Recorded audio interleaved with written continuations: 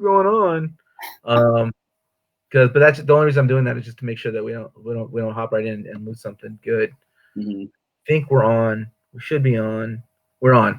All right. We're joined this hour by Rudy Mondragon. He's gonna share with us a little bit about his work. I'm very very excited about this. Me and Rudy met. I want to say sometime last year Mhm. at the National Conference on Race and Ethnicity. We had a really incredible presentation.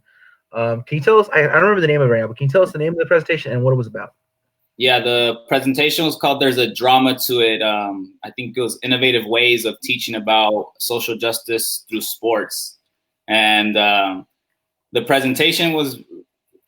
I spent a lot of time in that presentation going over what Harry Edwards, sports sociologist from the Bay Area, calls the revolt of the black athlete and the history of that. And so, when we think about athletic revolt and protest and moments of dissent and performances of resistance, we think about Jean Carlos and Tommy Smith in Mexico City, the Olympics, the Summer Games of Mexico in 1968. The Black Power fist, the salute, and so I mentioned those, and I also mentioned, of course, because I do a lot of research on my primary research is on boxing, and so I talked about Muhammad Ali and Jack Johnson, who for Ben Carrington, sports sociologist, interdisciplinarian, who's over at the University of USC. He has this concept of the birth of the black athlete, and the birth of the black athlete for him was born on December 25th, 1908, and that's the moment in history in Sydney, Australia, when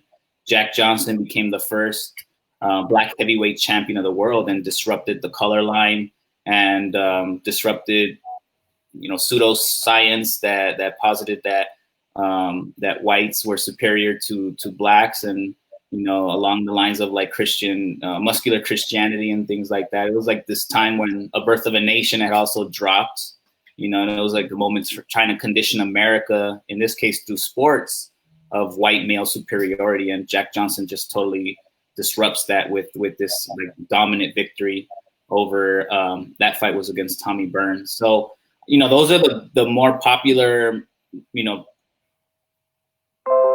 that are talked about in the sports literature. And so I wanted to talk about Black women and really highlight the work of Amira Rose Davis, who's over at Penn State in the history department, and talking about,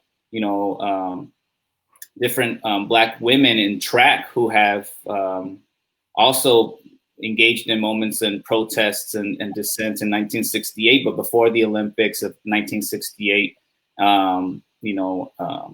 talking about Serena Williams and her acts of protest through her fashion choices, and so that presentation had a lot to do with how athletes will not just use the language of traditional protest, but they'll use expressive culture through their fashion choices. Tommy Smith and John Carlos, everything that they did, from their black gloves to not wearing shoes and only having socks, represented different things, from racial equality in America to tackling poverty. And so I talked about those things in the presentation. And, as a former athlete myself, when I was in college, I was a D1 athlete at UC Irvine, played soccer there. And I don't think I ever saw myself as having a platform, or I felt empowered to say, I can, make a statement or, raise awareness about the Zenzenbrenner bill that had been the main talk when I was a college athlete at UC Irvine.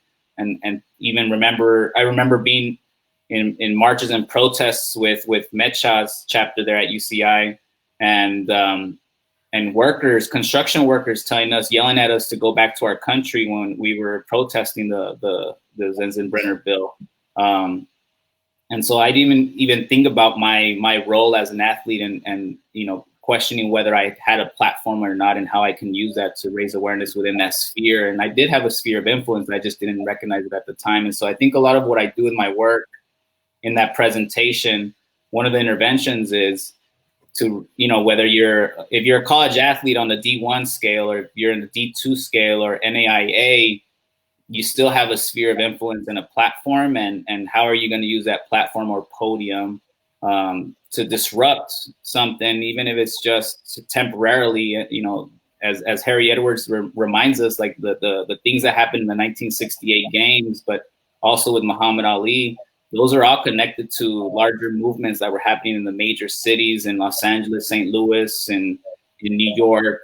So when we think about moments of resistance in sports, they have a power to amplify social movements that they're connected to. They're not inventing the movements or the protests, but they're aligning themselves with larger conversations. And I think my work tries to show that, we need to take sports seriously because it matters, and it's a totally different context from what we typically use to study about inequities and injustice and suppression and oppression. So I think sports gives us a unique lens to examine those issues. So I want to, you gave us a lot to chew on here. I want to do a couple follow-up questions. I've got a couple different points here. So there's number of things you mentioned that I want to follow up on. So for the Jack Johnson, for those who aren't aware, he's the first black heavyweight. You covered that. Defeats Tommy Burns, but the really historic fight. I mean, that obviously that's history, but the really historic fight that's kind of remembered is his fight with Jim Jeffries. Right. So can you tell our audience a little bit about Jim Jeffries and what was at stake and hype towards it? Yeah. Jim Jeffries is so after 1908, Jack Johnson becomes the first black heavyweight champion in the world, and he disrupts the whole racial social order. And so there's this very famous journalist who also, I want to say, had ties to socialism and communist writings. His name was Jack London. And Jack London, for those that are listening right now that are from the Bay Area, Jack London has that Bay, Oakland area named after him. I think it's called the Jack London Square, right? He has these Bay Area roots. And so he's writing about the fight between Jack Johnson and Tommy Burns, and saying that America, the world, the boxing world needs a great white hope. And this idea of the great white hope comes from Jack London's work in writing about the post-fight meanings of what that victory signified. And so 2 years later in 1910, and mind you, between 1908 and 1910, there's these matches that take place that they're looking for the great white hope. These tournaments that maybe one will arise and can challenge Jack Johnson. And what's interesting is that during his championship reign, Jack Johnson avoided fighting black fighters. He mostly fought against white fighters, which in a way also kind of denied the opportunity for other black fighters to challenge for the belt. But it was also very interesting because he was just knocking out these white dudes left and right. And so Jim Jeffries was already retired. He had been the heavyweight champion as well, a former, or he had gone into like farming, and I think he had his own alfalfa farm. But he's encouraged by many different peoples to come out of retirement to challenge Jack Johnson. And so in 1910, this big fight in Reno, Nevada takes place. And he's hailed as the white man to defeat and to discipline and to put Jack Johnson back in his place. Immortal Technique once in a song said it's more than racism, it's stay in your placeism. And I think right here, Jeffries was kind of like that guy that they were trying to use to discipline and put Jack Johnson back in his place within the racial social order. And so the fight happens, it takes place. And Jack is triumphant. He defeats past his prime, not in the best shape, Jim Jeffries, but he doesn't do it quick. He takes his time, methodically outboxing him and kind of just slowly working his way into victory and making that defeat a very kind of slow and torturous one for Jim Jeffries. Yeah, I think those. Obviously with Tommy Burns, for white racists at the time, it was like the sky was falling when he defeated Tommy Burns. But Tommy Burns had not been a dominant champion. Mm-hmm. Jeffries had been a dominant champion. He'd been someone that had, he's a terrible racist. I'm not trying to say anything that he's not, but he was a dominant champion. He carved his name into the annals of boxing history, and still people still remember him. So I think for Johnson to have defeated him in the manner that he did, so emphatically, so dominant, and there's factors for that. He was out of his prime, etc. But the fact that it happened, that to white America was just it was enormous blow. So what happens in the aftermath of Johnson's defeat of Jeffries? In the aftermath of that, well, he keeps winning, and then but then he has a different battle. It's not just inside the ring. He also is then tried for, which I think the Mann Act was created specifically for Jack Johnson, and the Mann Act was it outlined basically the illegal. It made it illegal to transport women across state line for illicit behavior and activities. And Jack Johnson at that time was known for, I want to say he had about 5 different girlfriends or wives that were white women, and that was something in the turn of the century was a no-no for your common black person. But Jack Johnson was doing these kinds of things, and so the Mann Act happens, and he reigns as heavyweight champion from about 1908 to about, I think, the middle of the 1910s, and then he gets tried, and he's found guilty of violating the Mann Act, which again was created for Jack Johnson specifically. And he flees the United States, and he leaves, and he fights in Europe and Cuba, and all this he's basically an outlaw. He leaves the United States to continue his craft and career as a boxer. Yeah. So moving to now from the story of Jack Johnson and how the treatment of Jack Johnson, but also not just in how it's 2 stories, right? The story of his oppression, the story of his resistance, right? So, but leaving that, moving to 1968, can you tell our audience a little more about the background of the track runners, Carlos and Williams, who became really famous, and what was going on at the time? What was it all about? Well, then before 1960, leading up to the Olympics, I think that's where Harry Edwards is so important, with him and others organizing the Olympic Committee for Human Rights. And one of the big things that was, it's civil rights era. It's the 1968 really is like almost towards the end, obviously, of that decade, and marks the moment of civil rights. And in the 1960s, essentially, Harry Edwards, who was one of the main architects of that committee, had met Muhammad Ali earlier in that decade. And a lot of people don't know that Muhammad Ali had actually, met with Harry Edwards, I believe, in San Jose. And this was after Ali had won his own Olympic gold medal. And so he kind of had this influence that is not always often talked about. Because Harry Edwards being known as one of the godfathers of sports sociology and activism, and being on the ground, a former athlete himself. So in the 60s, that's already kind of being organized and taking place, which the Olympic Committee on Human Rights is what a lot of these athletes who ended up going to 1968 games in Mexico decided not to, in a way, support, because one of the big things that the Olympic Committee wanted to do was to boycott the 1968 games. But black athletes like John Carlos and Tommy Smith and others were like, well, let's go to the Olympics. Let's go represent and make statements. The statements weren't universally agreed upon, like what those were going to be. But for example, I'm blanking on her name.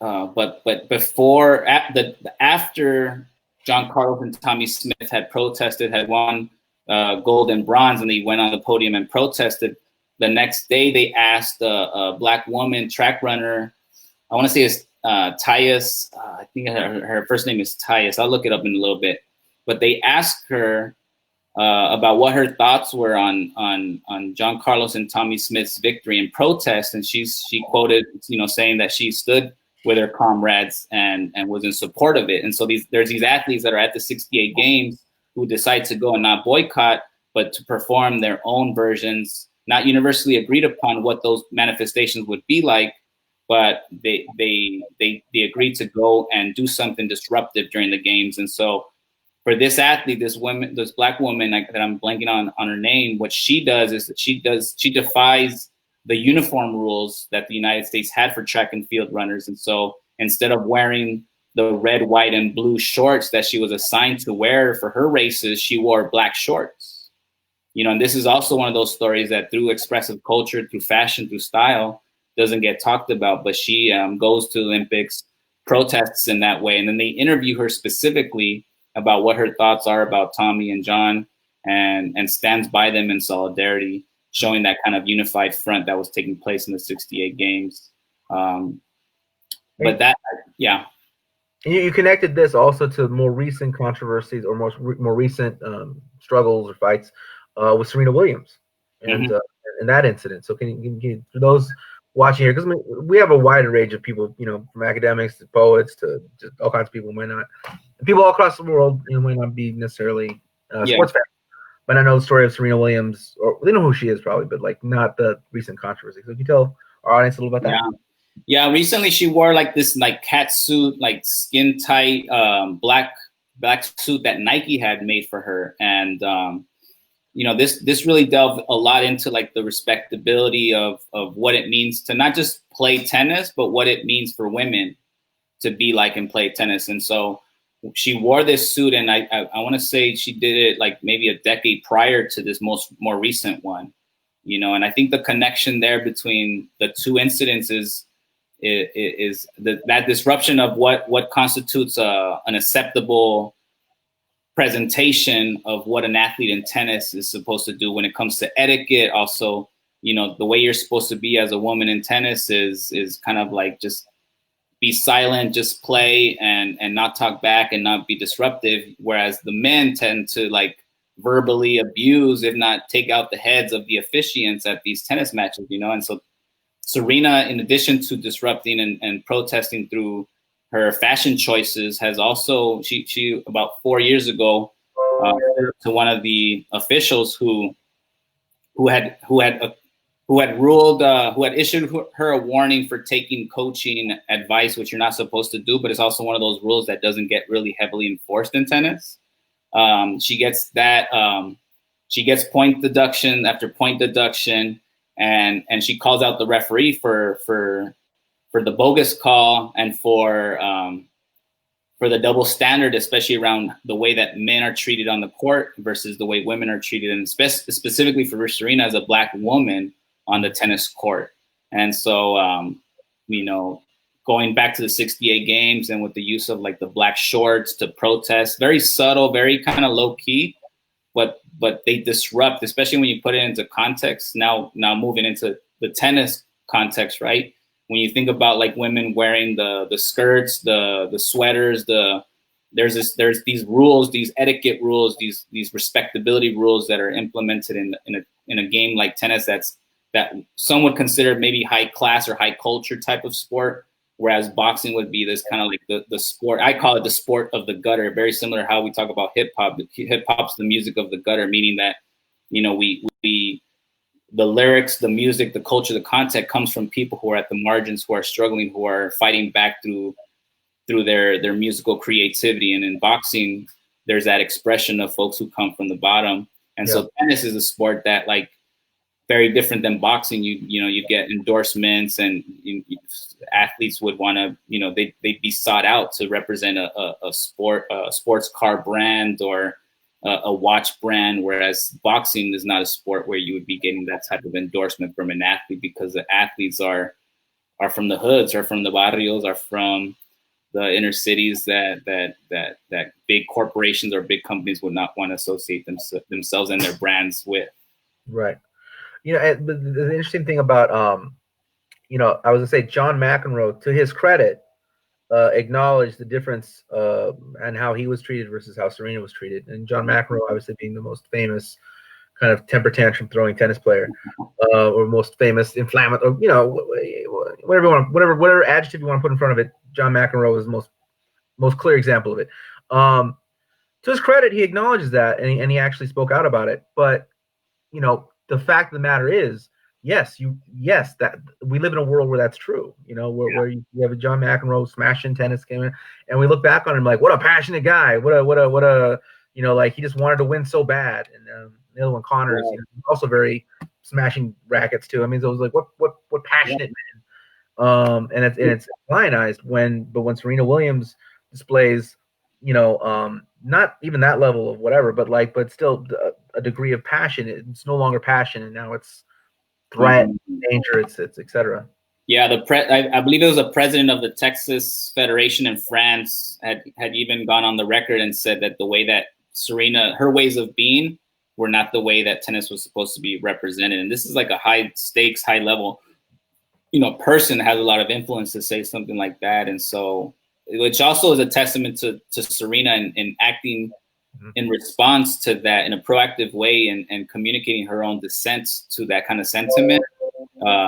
Is powerful because it also shows the calculated and strategic approach that Serena has taken in the past. And I think I think it's great when athletes like McEnroe or any athlete that comes from like a more privileged background will say like, that's true, it's disruptive. And there's a double standard that's important because it gets us closer to really looking at like, well, what are the structures and the systematic arrangements that are mediating, whether it's tennis or football or baseball or boxing, that inform the myth making, that inform the ideas that become dominant in the imaginaries of the fans or of the critics of the sport who just don't even want to see value or associate themselves to a sport, right? But these structures are there as well, and it's, I think, important to have these conversations, Yeah.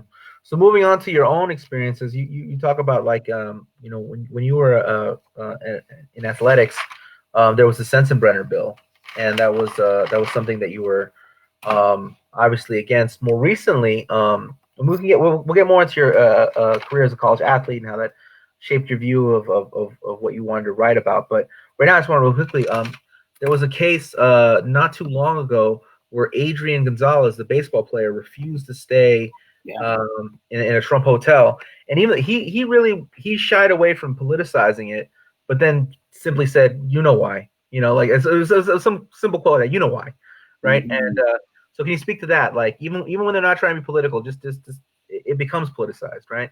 Yeah, I mean, any act. I remember one of the most influential professors I had in my undergrad experience was this professor named Dr. Louis DeCipio, and I mean, bro, I'll be honest with you. When I was 18, I was like, I'm not political. I ain't trying to get involved in politics. Like, I was there to play soccer, and I was like, fuck, if I get a 2.0 GPA, I'm eligible. I just want to play sports, right? But this professor really got me to think that even that position, he said in class one day, he said, by you saying that you're not political, you're taking the political stand.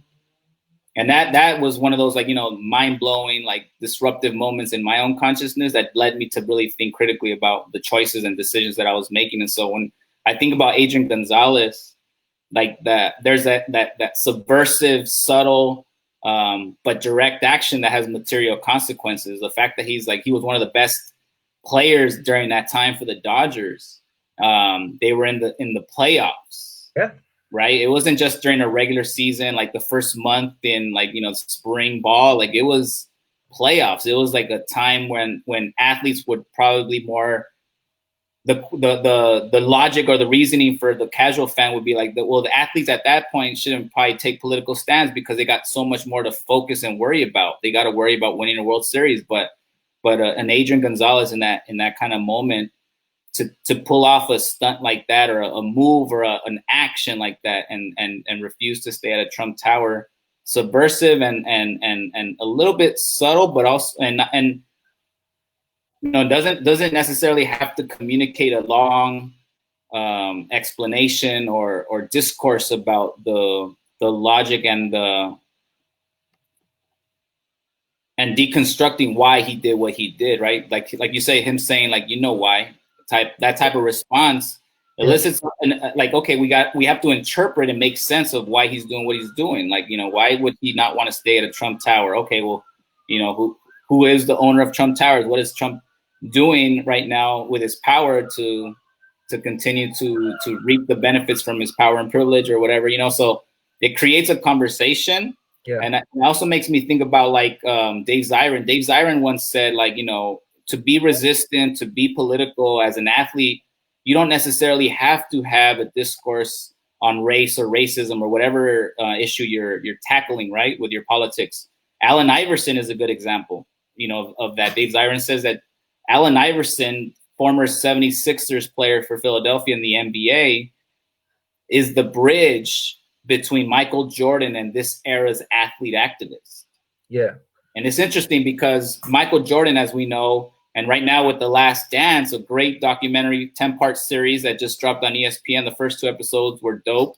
And I'm glad Scottie Pippen, Michael Jordan's like right hand is getting his due in terms of his story and being able to break that down. So if you haven't watched The Last Dance, I recommend y'all to start checking that out. But anyway, we all know Michael Jordan has been has taken a very apolitical stance on many things. And so after Jordan, we see Allen Iverson, and Allen Iverson didn't necessarily have a discourse, like Dave Zirin said, on racism and racial issues, but what he represented and signified as an NBA player that performed hip hop, going to the All-Star game and being kind of told, like, you should probably cut your hair or not braid it the way you want to do it. And he wears a half braid and half afro, utilizing hair as this disruptive sign of resistance, right? But not saying anything specifically about it, right? Or coming into the arena in baggy clothing, in jerseys, in hats, really performing this hip hop, which has a history of resistance, and so he becomes that bridge without kind of articulating a discourse on these issues. And then we have the present contemporary moment that he's bridged with when it comes to athletes like Serena Williams in other sports, right? In tennis, when it comes to Colin Kaepernick in the NFL, when it comes to LeBron James, when it comes to, even Kevin Love, all these other athletes who in the NBA that are speaking out and are doing things in the WNBA. The WNBA is interesting too when we think about this bridge too, because when we look at the NBA, we see a lot of individual acts. We do see collective acts, like when the Clippers refused to wear their jerseys and they threw their jerseys in the middle of the court to protest their racist previous owner.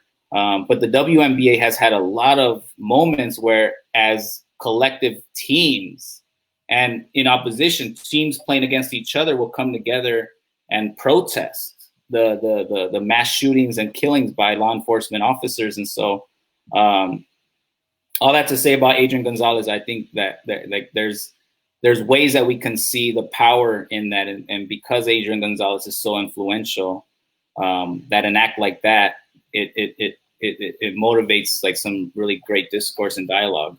Yeah. So for those who don't know who that much about Adrian Gonzalez, he was a baseball player for the Dodgers, but he was born in San Diego, and his parents were both from Mexico, and he was one of those people that very, very common in that kind of area. He grew up in San Diego and TJ, going back and forth. So I mean, this is like his whole life is that's how he grows up, and that's who he is, as a person. So I can imagine when you say like don't do anything political that's going to distract you from the game. Sleeping in a Trump hotel will be distracting. I mean, like just forget. I remember one time I had a poetry show. I mean, it's nothing on that level, but I had a poetry show, and they stuck me in this old Teddy Roosevelt house. Teddy Roosevelt had been there. And there's portraits of Teddy Roosevelt everywhere. And I could deal with that. But then when I went in the bed, above me, there's a picture of Teddy Roosevelt, and he's staring down at me, and I could not sleep. That's not something not there. So I can't imagine sleeping at a Trump hotel and then going playing the playoffs the next day. That would actually probably hinder his performance as an athlete, because it would be so stressful, to be in that environment. Right. Mm-hmm. Absolutely.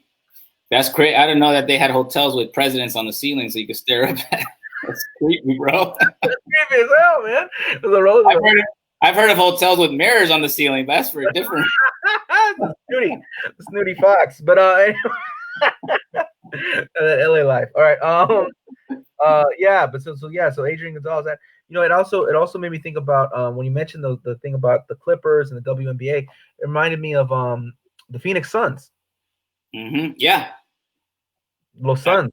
Absolutely, yeah. As a collective unit, yes. And Earl Watson, a good friend of mine, Earl Watson, being like one of those athletes that used to coach the Phoenix Suns, and just his role as a coach in the contemporary, for those that don't know Earl Watson's mother is Mexican, dad's black, and he's been one of those coaches that I've looked to in terms of like educating themselves on issues and becoming aware of issues, and knowing that the platforms that they have now as coaches.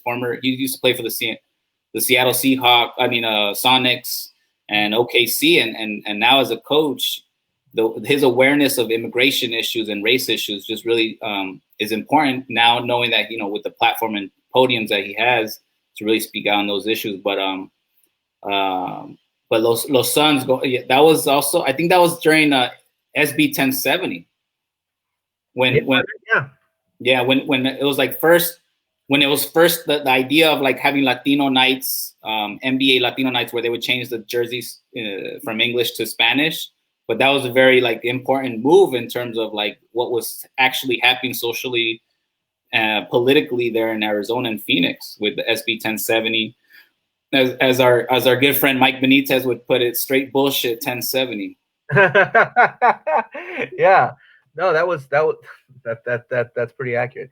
You're right. It did. Los Suns came out of SB 1070, and then more recently though, we have another situation with Andy Ruiz when he won the heavyweight championship of the world. He ended up not visiting the president, as is typical when you do some big thing of note as an athlete. But he actually went to visit AMLO instead. He went to go visit the president of Mexico instead.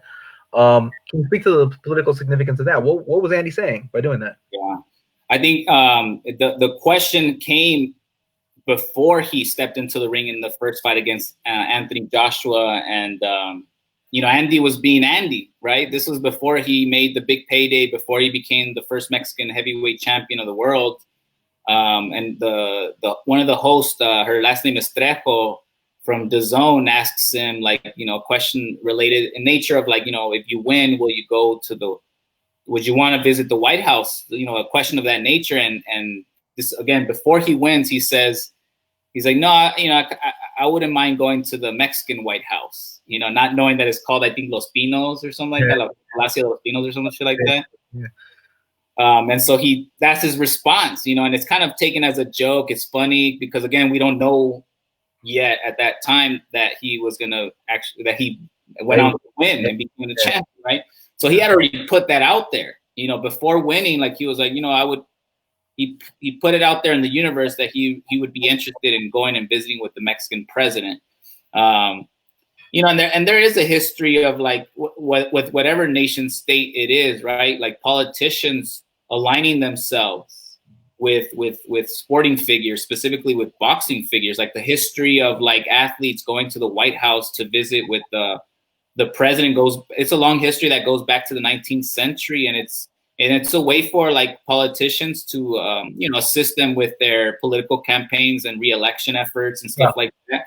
And in this situation, it's not a black and white. It's not like that's necessarily happening with the president of Mexico, but being from the United States and having roots in Mexicali, having trained in Mexicali, living in this border town of Imperio by El Centro down there by the Mexican border, there's that transnational experience that Andy has, and being in the U.S. and being subjected to these experiences of not feeling like you're from here, but you're not from there either, but then having these strong affinities to not necessarily the Mexican state, but Mexican culture that then is represented by the Mexican flag or the red, green, and white, like those kind of affinities and associations to where your multiple homes lie, right?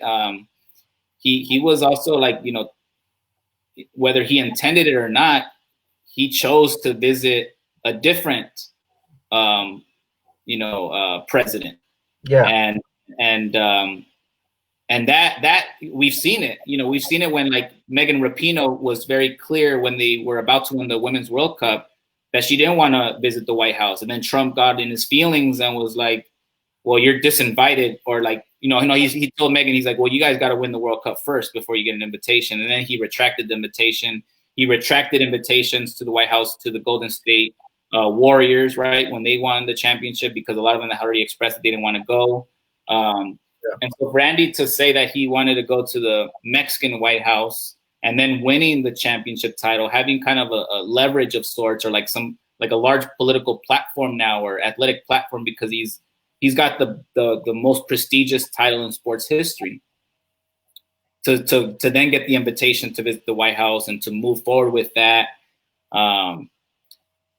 it's nuanced and it's important, you know. And I'm thinking about an interview that he did too, when they asked him something about like whether he'd be, you know, what he thought about Trump and Trump's politics, right? And so when they asked him those types of questions, he didn't necessarily have like a strong conviction in answering that question. He kind of he played it neutral and safe, mm-hmm. right? And so we have these moments of rupture, and they're moments, like they're ephemeral, they're like short-lived, and they're powerful. And we as a sports scholar, I read them and I see them as nuanced and powerful. And then, but then it's like it's messy, right? It's messy because you know, there isn't like a direct like sharing on Andy Ruiz's part in terms of what he feels or why he didn't go to the White House. Yeah. You know, I don't know if that makes sense. No, definitely. I mean, there's definitely it's again, it's like Adrian Ramirez kind of like, you know why kind of thing, right? You know, but even you know why is a little stronger than some of Andy's answers. But what is interesting though is in the winning of the championship, when he defeated Anthony Joshua, his the first thing he said, I mean, almost all of the word Mexican kept reappearing in his victory speech, or in his interview, his post-fight interview. The word Mexican are appearing. I've got that Mexican blood, Mexican style, Mexican. So why do you think he said all that? Why was that so important to him? And what does that mean in the context of boxing? Yeah, I think on multiple fronts. I think first and foremost, because he's the first Mexican of Mexican descent champion in the heavyweight division. Because now he pushed the conversation in that direction.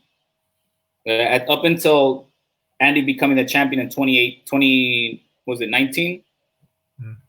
2019, right? Yeah. So no, there wasn't really any conversations about Mexicans and heavyweights. Right. So I think he pushed that envelope, and then making central, just centering. He had the microphone, he had the attention, he had, you know, he's at the press conference, and you know, we there's a history of this idea of like Mexican style, fighting Mexican.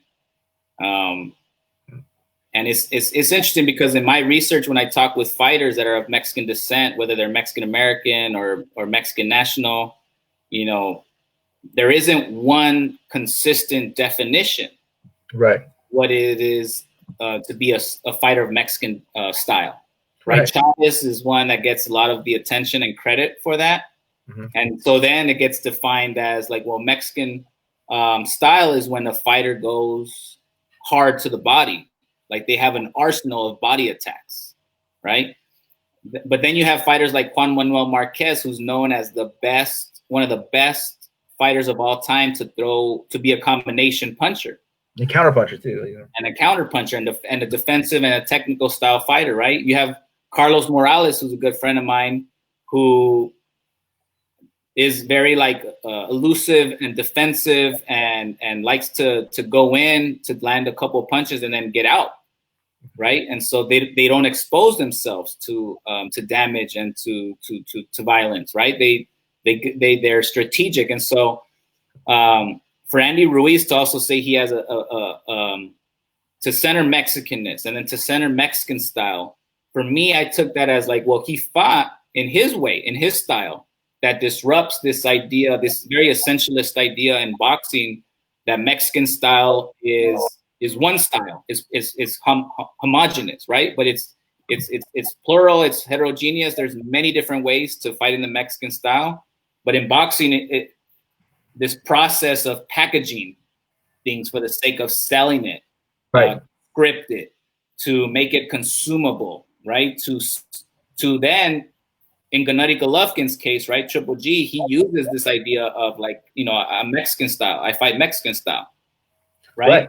And I was quoted in an article that Jonathan Snowden from CNN wrote for Bleacher Report, that I talk about, like, what are the parallels between, like, Mexican style and like ideas of savage in indigeneity and backwards thinking, right? Oftentimes the Mexican style of fighting is this kill or be killed. I'm going to go into the ring and I'm willing to die in the ring. And it's pushed forward like it doesn't have any kind of intellectual basis, that there's no strategy involved, right? Mexican style is just an entertaining way of fighting to give the fans their money's worth. And it's like far from the truth, because, so when Triple G uses it, he doesn't intend to disrespect, like, Mexican fighters, but in a way he uses it in a way that furthers the essentialization of Mexican fighters and the idea of Mexican style. So I mean, I like Gennady Golovkin as a fighter, and I mean, like I said, but there is definitely something to be said here, because it was Abel Sanchez who helped him push that, right? Mm-hmm. So Abel Sanchez helped him push that. Abel Sanchez gets 10% of whatever Gennady Golovkin gets. So like he has reason to push it. He has reason to make Gennady Golovkin as famous as possible, right? So he has a reason to push it. He's saying this. But then when Gennady gets this new big contract, doesn't want to give Abel Sanchez 10% of that, would rather renegotiate.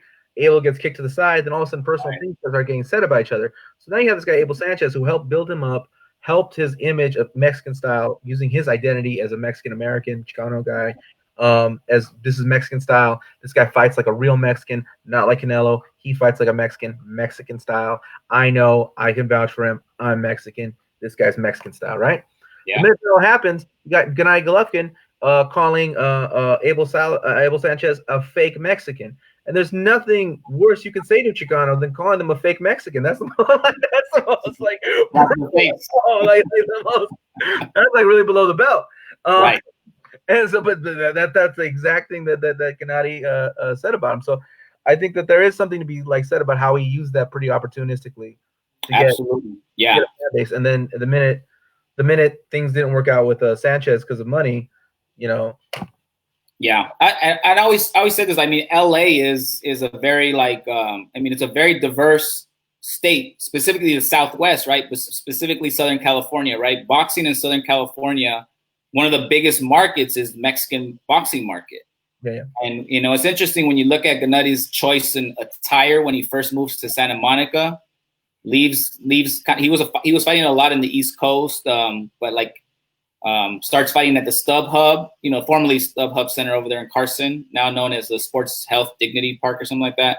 But in his first two fights that he begins to really market himself in Los Angeles to a Los Angeles Mexican-American boxing market. I call it the trifecta of Mexican sports. It's the Dodgers, the Lakers, and boxing.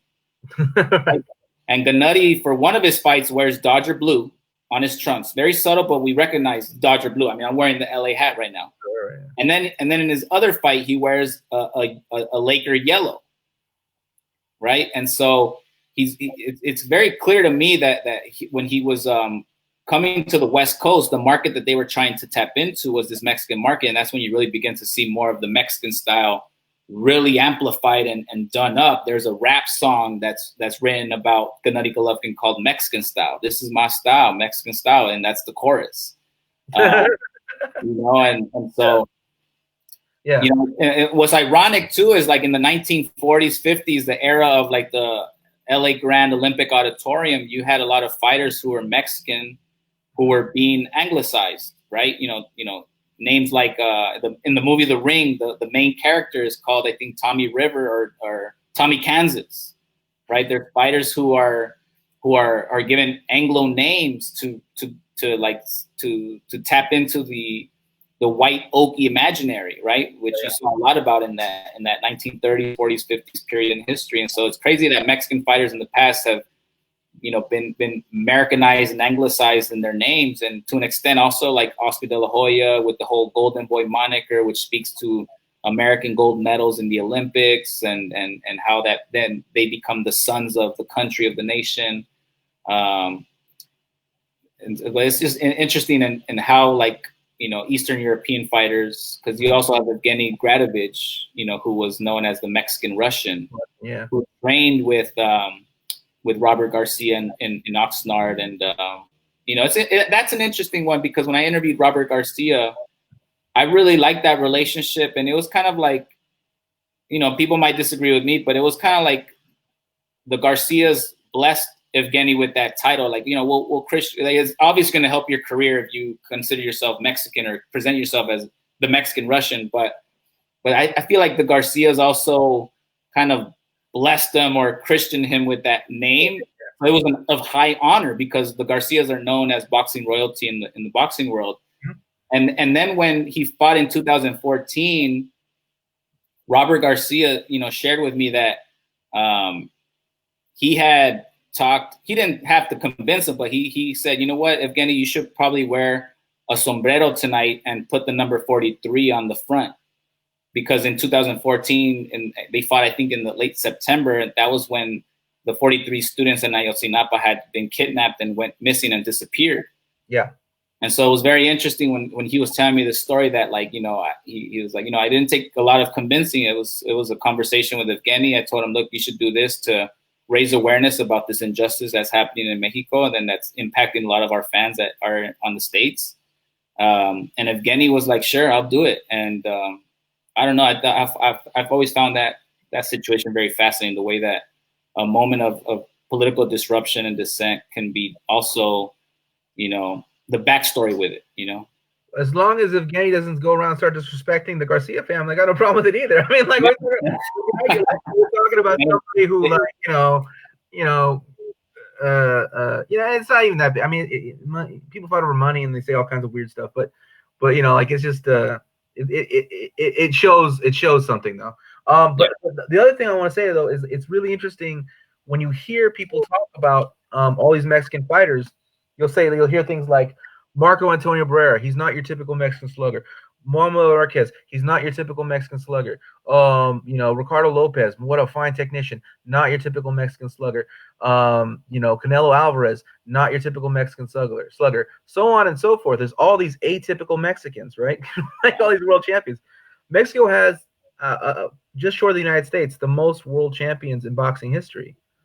The idea that they could somehow skilllessly get there, the fact that it would be some kind of unskilled labor, would be, capable of that is absolutely absurd. I mean, so the idea that Mexican style is a kind of a fan-friendly but unskilled thing, I think, is really tied to the national conception of Mexican people and Mexican labor in general as unskilled. I mean, if you think of it, us as unskilled, and they think that even though we're winning championships, we're still unskilled. We're still low skill. And if we're not low, and if we're doing something that's obviously very defensively responsible, obviously very physically dazzling, then we're atypical Mexicans. We're special. We're different. Even though this makes up the bulk of Mexican world champions. Yeah, absolutely. And that's a great point and a great example of how, like, that type of exploitation and like the type of the description of work being low skilled, that's not professional, therefore we can underpay you and pay you shit, also finds its way, whether it's like the material mythologies, right, that make their way from these larger conversations into this specific sports context, and so no, I think that point is right on, because sport is not removed from those types of ideas that people act on, both in terms of policy and in generating a buy-in to continually exploit and not pay people what they're worth. Yeah, absolutely, man. And finally, that chest-to-chest style, that phone booth style requires a lot of intelligence. Absolutely. You can't. You have to think fast. Right. I mean, so what I remember Fernando Vargas, when I was researching some of his interviews online, because I remember when he fought against Oscar De La Hoya in 2002, and it was this big time, like, you have the fighter who's atypical, like you're saying, right? Oscar De La Hoya, who doesn't like to get hit, who's like in and out and doesn't fight like a Mexican, right? And Fernando Vargas was the Mexican style slugger.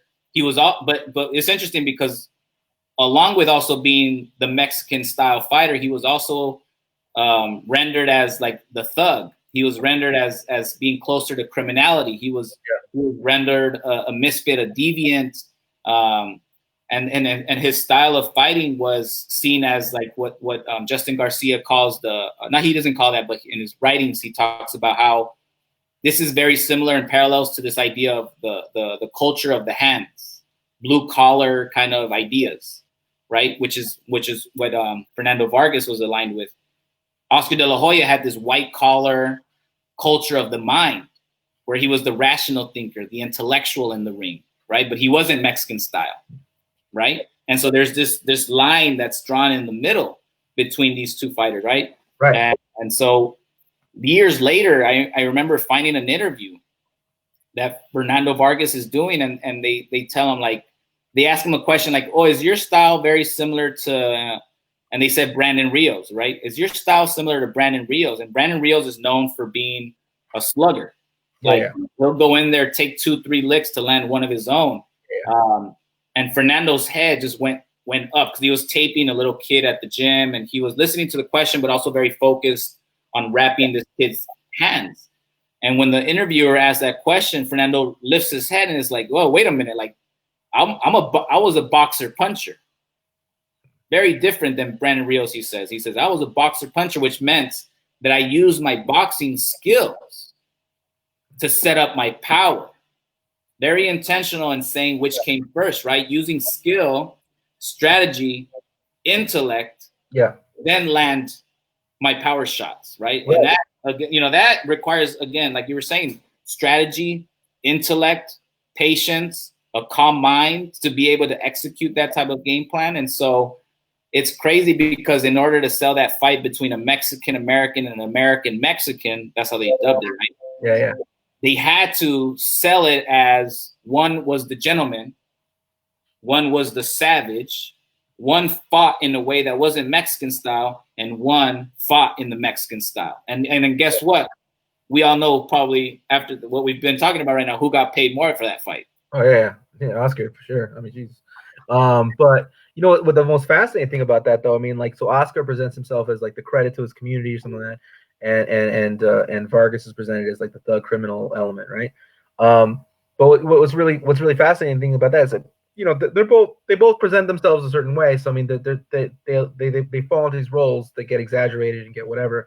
But neither of those things have to do anything with reality. I mean, the reality is that Fernando Vargas is an extremely skilled boxer, and the fact of the matter is that Oscar De La Hoya is a killer. I mean, he's you know, like, he's not this, you know, like, genteel person either. You know, neither of them are what they're being billed as.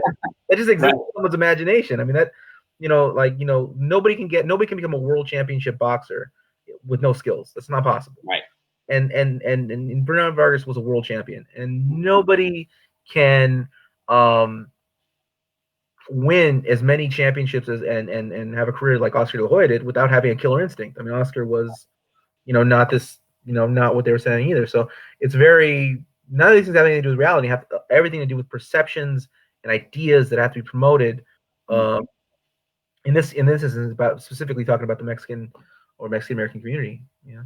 Absolutely, yeah. All the myths that are so needed for the scripts that fuel the theater of boxing, right? And in my work, I love identifying moments where, like, fighters just deviate from the script and put on performances that make claims for, you know, their, you know, self-actualization or self-authorship of who they are. And, you know, I think boxing really lends itself to those kinds of moments, and other sports too, but yeah. You know. So in this moment, actually, someone you actually know personally, he's kind of gotten a little bit of notoriety right now for the work he's doing outside the ring. Is Jose Ramirez, 47-pound champ. So to talk a little bit about Jose, I mean, what's going on with him? What's he doing? Yeah. Jose is a great guy. I met him about a year ago, and I interviewed him for a book chapter I'm writing right now about his ring entrances and what he does in his communities over in the Central Valley. One of the things that caught my attention, and you know, he's the unified champion right now. I think the WBO and WBC belts. at the 140. 140-pound division, which is the same title that Julio Cesar Chavez had at one point in his career as well, the 140-pound title for the WBC. But he when he fought for his first title, he fought in the Madison Square Garden, and this was in like when Donald Trump had first announced his bid for president of the United States to run for president, and he that's when Trump made that speech about when Mexico sends their people, they're sending their criminals, their rapists, their drug dealers, right? And so from the get, Ramirez was took that personal and has really used this platform and his power to disrupt and raise awareness and like to go against the grain of Donald Trump. And so when he went up to the press conference for that title fight at the Madison Square Garden, his opponent was promoted by Don King. And Don King, long-time boxing promoter and known to have exploited a lot of fighters, Mike Tyson being one of them. Yeah. Was promoting the other guy, and he's a friend of Donald Trump and a supporter of Donald Trump. And so it was interesting that dynamic because, at that time we already knew that Donald Trump had those Make America Great red hats already, and they became something that we already had associated with Donald Trump. And what Jose Ramirez did, very, very simple and but yet very creatively, he created his own red hats that played off of, Donald Trump's Make America Great, and instead of saying Make America Great or whatever, Jose Ramirez unveils this hat that says pro-immigrants and proud. And so that's when I first really began to take notice of Jose Ramirez and Bob Arum, which, is what it is, what Bob Arum said, but Bob Arum is his promoter. Bob Arum used to be closely tied to Muhammad Ali back in the day. Bob Arum is a promoter for Top Rank, CEO, and he's a liberal activist, self-identified liberal activist, right? And it's not a progressive activist, but he's a very liberal activist who also will do things that push the envelope, but making sure that there's also an opportunity to cash in on it. Very opportunistic as well. So, this is the promoter who created the No Trump boxing card around the same time. Jose Ramirez was on that card, Oscar Valdez was on that card, and Zurdo Ramirez were on that card. And that card, the No Trump card, were the preliminary bouts for the Timothy Bradley and Manny Pacquiao trilogy, I believe. Oh, wow. Top Rank and folks in Top Rank knew that fight was not going to sell well. They knew it was going to be a stretch to get people to buy the pay-per-view. And Bob Arum's idea to amplify the sales or assist with the sales for that pay-per-view was to create this No Trump card. So it's very opportunistic. At the same time, it also kind of sticks a fork into Donald Trump, because it's an anti-Trump card, basically. Yeah. I'm sorry. No. So that's when that's when I first started about learning and researching about Jose Ramirez. And then I started learning all these other things about him too. And fast forward to the present moment, he's the unified champion, but the last time he fought was in the summer of 2019. And we know how boxing works, right? You take 2-3 months to prepare for a fight. And so he was scheduled to fight against Victor Postal in February. Oh, yeah. Yeah, in 2020, early 2020, January, February in China. Yeah. And, coronavirus and was already widespread in China. And so that fight gets canceled. They did fly to China because you have to fly to, if you're going to fight in a place that's a different time zone or internationally, fighters tend to get there a couple weeks early to acclimate and stuff like that. And so they had been there for a while. The fight gets canceled. He comes back. The fight's rescheduled, and it's rescheduled for May. And just a couple weeks ago, they canceled this May showdown between Ramirez and Postal, rightfully so, right? But now it's Jose Ramirez is going to be out of the ring for at least a year and a half, maybe more. Yeah. And it's very interesting because all boxers are independent contractors. Boxing has no obligation structurally to fighters to provide them minimum salary, pension, healthcare. There is no fund that will like support fighters that are out of work right now. And so, you know, Ramirez, I think about Ramirez a lot because him and other fighters are out of work right now. And Ramirez has been out of work for almost over a year now, having no fights. And he's in the Central Valley, him and other fighters, not collectively, but on their own terms in their own regions. Ramirez is one of those fighters who's been out there trying to collect resources and galvanize some of his teammates from his gym, Robert Garcia, Mikey Garcia, notable names, to donate and to give to the most in need right now. So he's out there supporting migrant farm workers in the Central Valley. You know, he's been a very big advocate about water rights in terms of like how a lack of water reserve and the drought negatively impacts the migrant workers. So he's been a very big advocate for those types of things in the Central Valley. And he's, you know, done stuff to like help raise funds for cancer research, and you know, his pro-immigrants and proud politic, I think, is one of the more central political positions that he holds dear to his heart and acts on it both inside the ring and outside the ring. And I think right now with Corona, with COVID-19 and how that's impacted so many lives, you know, Ramirez and other fighters as well, Orlando Salido, Eric Terrible Morales, you know, Robert Garcia, other fighters out there have also been trying to do their part to help and give back, you know, within their sphere of influence. Yeah, one little last fight story, and then we'll get on to the part where we promote some stuff. But can you share with the audience the legendary night of Francisco Vargas versus Rod Salka? Can you tell us this? Oh, yeah.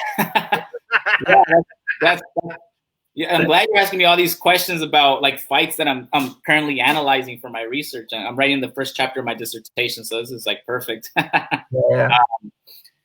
Well, if you take anything I say, don't credit me. This is on film, so I mean, I'll cite this specific conversation, this Facebook Live.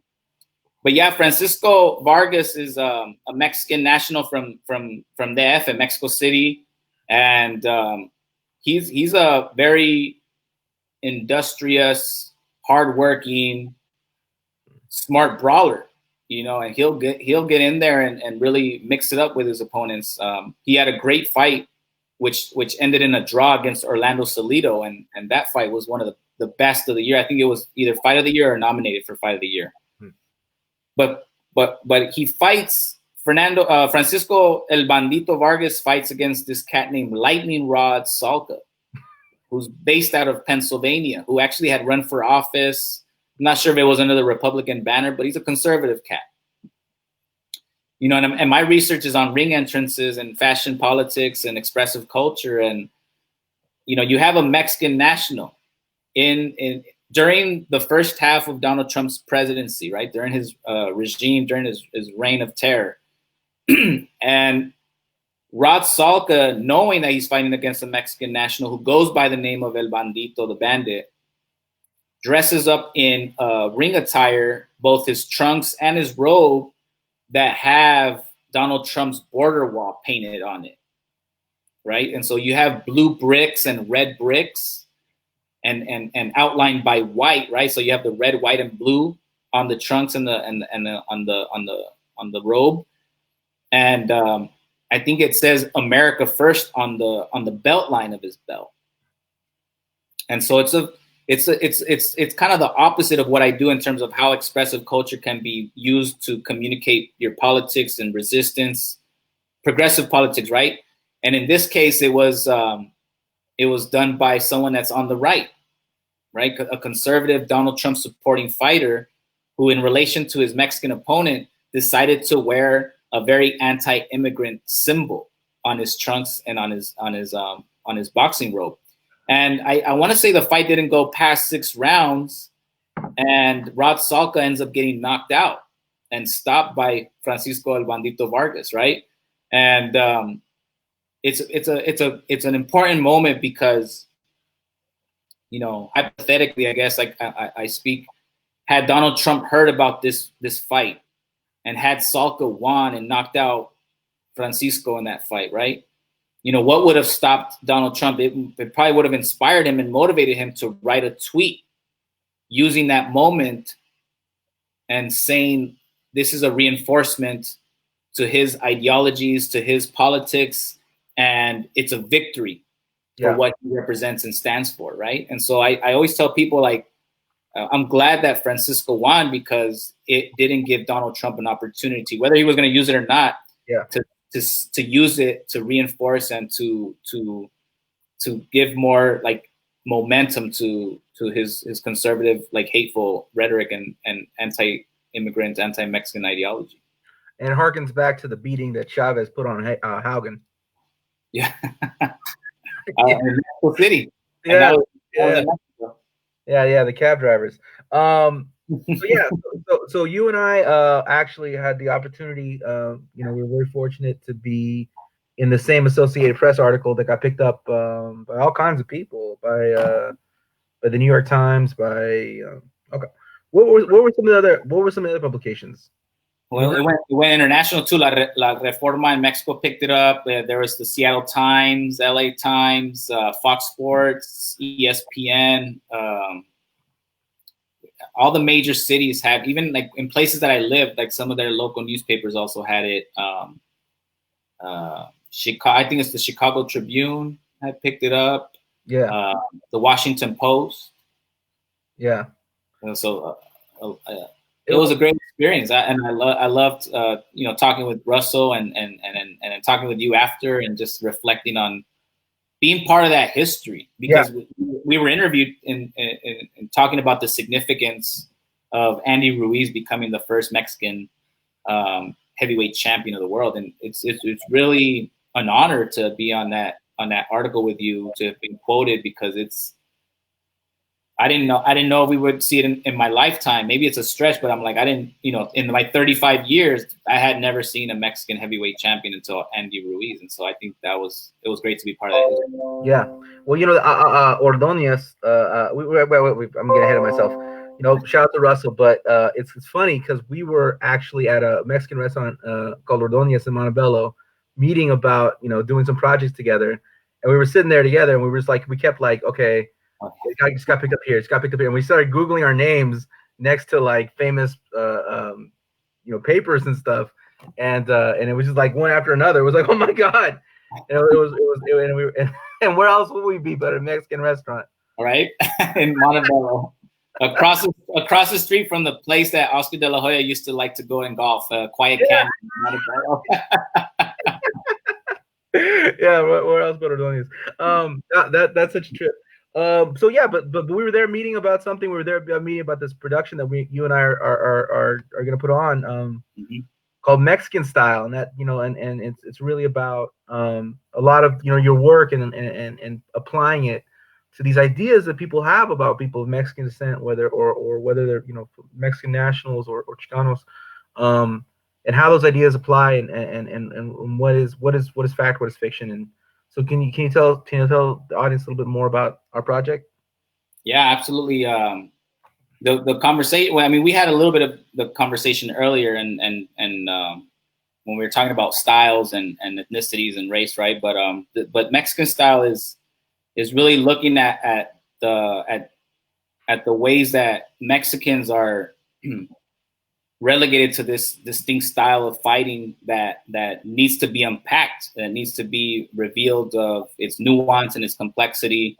And so what we want to also do is talk about how boxing is intersects with labor issues, with class issues, with race issues, with gender issues, and really challenge the idea of what it means when the media or when a fighter or when fans say, this concept of Mexican Style. And so I think for me, it's a lot of like examples of fights that I have witnessed, that because it's personal for me. I mean, I've been a boxing fan since 1992.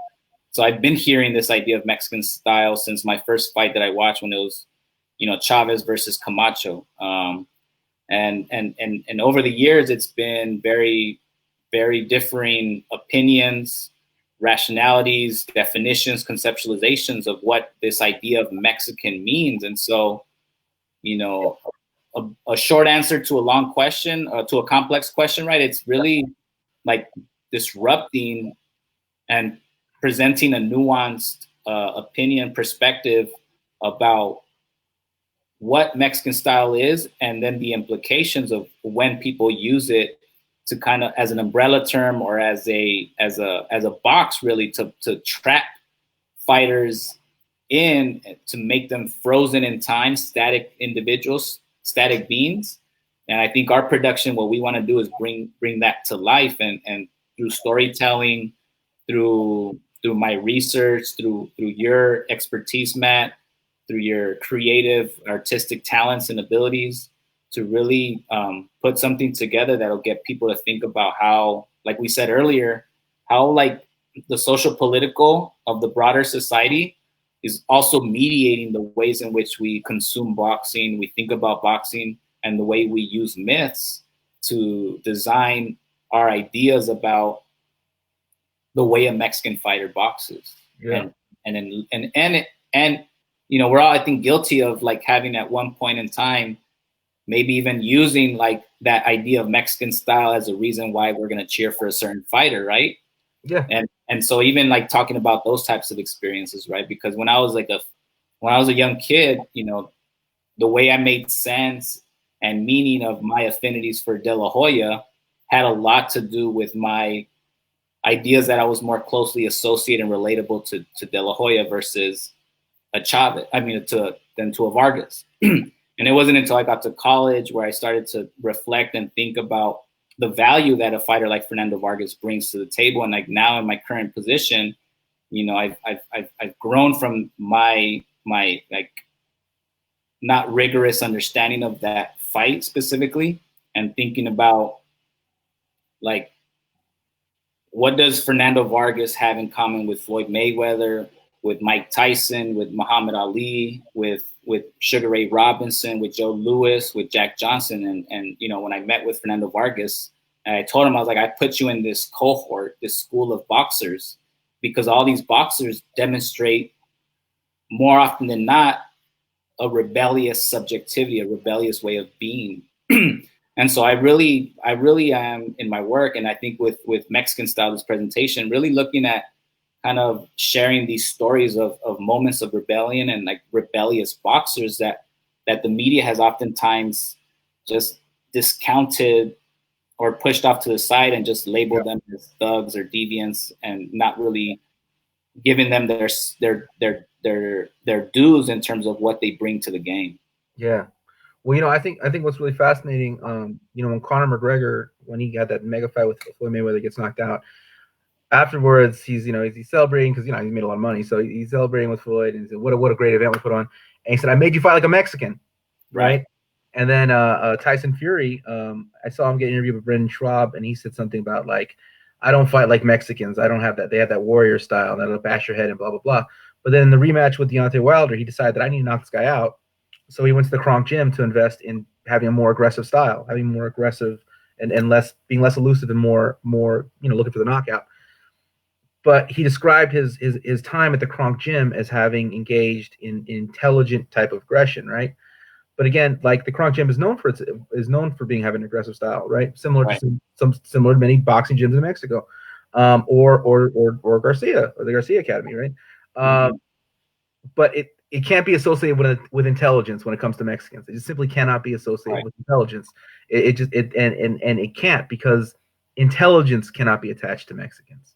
It can't in the United States of America. We cannot think of Mexicans as intelligent people. We can think of them as hard workers. We can think of them as diligent. I mean, like I myself am very guilty of that. People said something to me like, Matt, you're doing all these interviews. And I said, oh, yeah, I'm Mexican. I'll stop working. Right. And I was like, and I said it as a joke, but I mean, like, Jesus Christ, this is like the 7th day. I did 9 yesterday. So yeah, so there is some, I mean, I don't want to say there's some truth to it, but like there is that there are aspects of, you know, work and this that actually. I think there's like in boxing and in our lives, like the idea of hard work, like I think there's a value in that, you know, but then at the same time, but it's also like, I think the problem is when that hard work is not compensated or valued, or it's undermined, and it's like the effort and the toil that goes into whatever it is we're working at is denied or extracted or taken away. And I think what you're saying too with boxing, there's so much that's being left out. And a lot of that has to do with, going back to the Bracero program and ideas of like, Bracero labor and peons, and like, we can get a lot of production out of these bodies and not pay them what they're worth. And then, years later, the development of like just describing the labor as unskilled and not requiring any kind of like intellect and stuff. It's just, it continues, those types of ideas and narratives continue to get played out. And then what we do, I think, is going to be great, that we specifically look at it within the boxing context and how that plays out. And I think that's going to open up a lot of conversations. Yeah. Well, I'm really excited about it. And I'm actually excited about that. It's a project that's coming on, but even this interview itself is something we've done. It's something that exists, and it's something that we can, people can watch and gain something from just this conversation here. So Mexican Style is going to be an extension of this, and it's going to be a presentation. It's going to be great. Absolutely. Well, thank you so much. This is amazing. I'm so glad that we got to do this and chop it up. And yeah, keep the stash though. Keep the stash for the presentation, man. We need that. That's the most Mexican thing you could do. That's Mexican Style right there. That's a face of Mexican Style.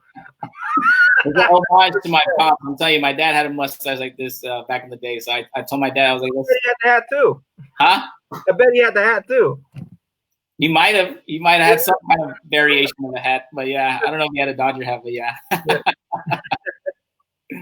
So good times, man. I appreciate you, Matt. Thank you so much for setting this up and creating this.